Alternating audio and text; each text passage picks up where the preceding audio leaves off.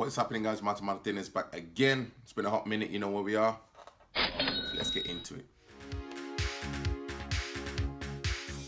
So guys, we're going to do two quick reviews now. I'm going to do a quick comparison video because as people are noticing, the climate's changing now. It's coming up to autumn, and I think these two fragrances are appropriate for autumn. So they're both technically the tobacco collection, but one is known as Rich, Warm, and Addictive. And you can see how much juice I have left in that one. And this one, guys, is called Intense, Dark, and Exclusive. And again, you can see how much juice has been left in that one. So you can sort of get an idea of my personal preferences. But anyway, let's get into it. So guys, in respect of this particular one, this is a very, I think a few people have done reviews on it now. It's very prominent in respect of the tobacco with coconut, sandalwood. It's got some honey in there. And also in the final notes, it also has some cedar. This one is very interesting, and I don't, if you've never had your opportunity to get your thoughts or smell it before, by all means check this one out, guys. It is relatively cheap. I think it's only like $12.99 in the UK. It's not one I would sleep on. This one, on the other hand, is slightly different. This one's saying it's intense and dark, but before I give you my thoughts on them, this one's slightly different. This one smells slightly more green, to some extent, with a tobacco sort of note. So this one has bergamot in it, apple. It's saying it's got some black pepper in the top notes. We obviously have tobacco in there, and we have, I believe, there's a type of mint in there with some tonka bean in the base. It's saying it's got some cashmere, some basil, and I think that is a mint note. Yes.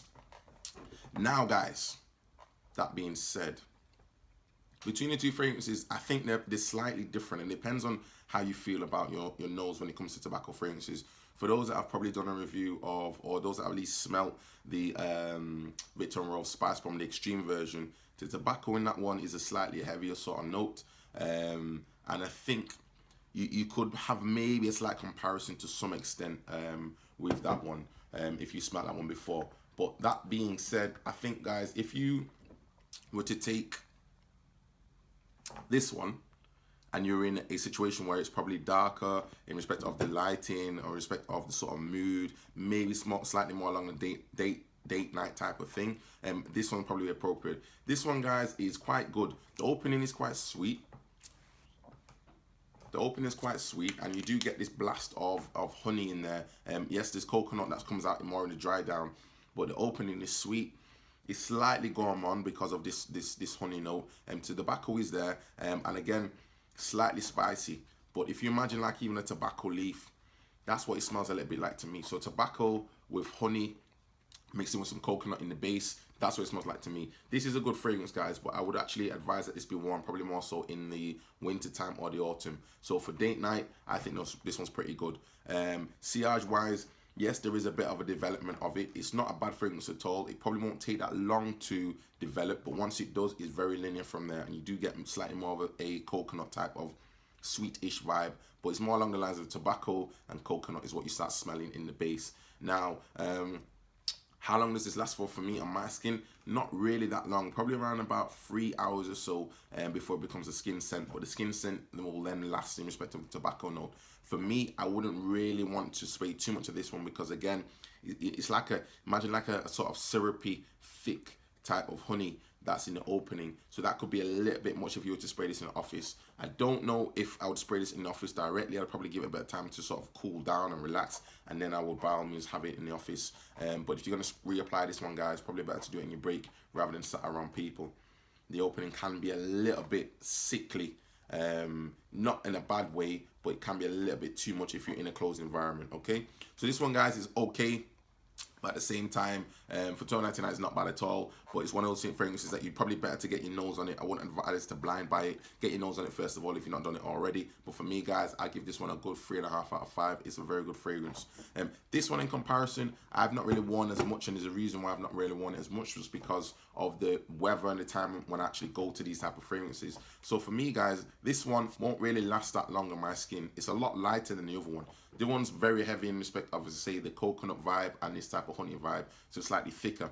This one, however, slightly more greener, tobacco with a slightly more greenery type of apple note in there. For me, it's really more of a daytime type of fragrance if you're going to wear it and you want to wear something for autumn.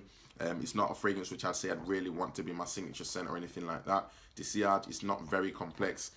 And again, the projection's not really there. To me, it smells like apple, maybe mint-ish, with again this tobacco note in the base.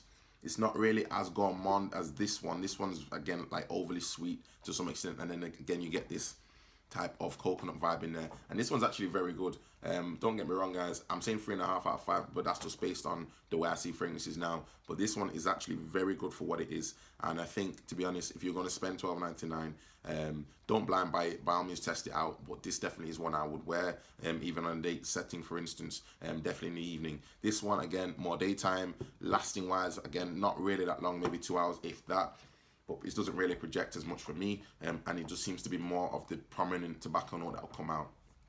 So you can see how much juice I've got in that. It's not really been a real hit on my list. Some people like it. If you imagine maybe along the lines of, how could I say, it's Terre Mugler. Let me try and find this one again. This one, guys, to me reminds me of a little bit, I mean probably this one more so, but Pure Havana. This one's probably more along the lines of Pure Havana, and this one's like its distant second removed cousin. Between the two of them, I would obviously go with this one. It's a nice fragrance. I'm going to get more time with this one, more sillage with this one. I'm going to get a little bit more of a value for money, so to speak. But at the same time, it is a little bit heavy. It could be overpowering. So try to make sure that you're in the right sort of circumstances to wear this one. If you're casual, doing your own thing in the evening, fair enough. But if you're in an office environment, I wouldn't advise so. If you're in an office environment, maybe so more this one. If you really want to wear tobacco fragrances during this time of the year, it's okay. It's a bit more pleasant, a bit more greenery, probably a bit less offensive, but it's still very safe in comparison to this one. So between the two, I will go with this one because it's a lot more noticeable and I enjoy this fragrance a lot more. However, guys, have a go, have a sniff. Let me know your thoughts and comment down below. If you do like the videos, please give a quick thumbs up. It costs nothing to do so. And I will be back with you with another video very shortly, guys. But between the two, I'm going to take this one. Ciao.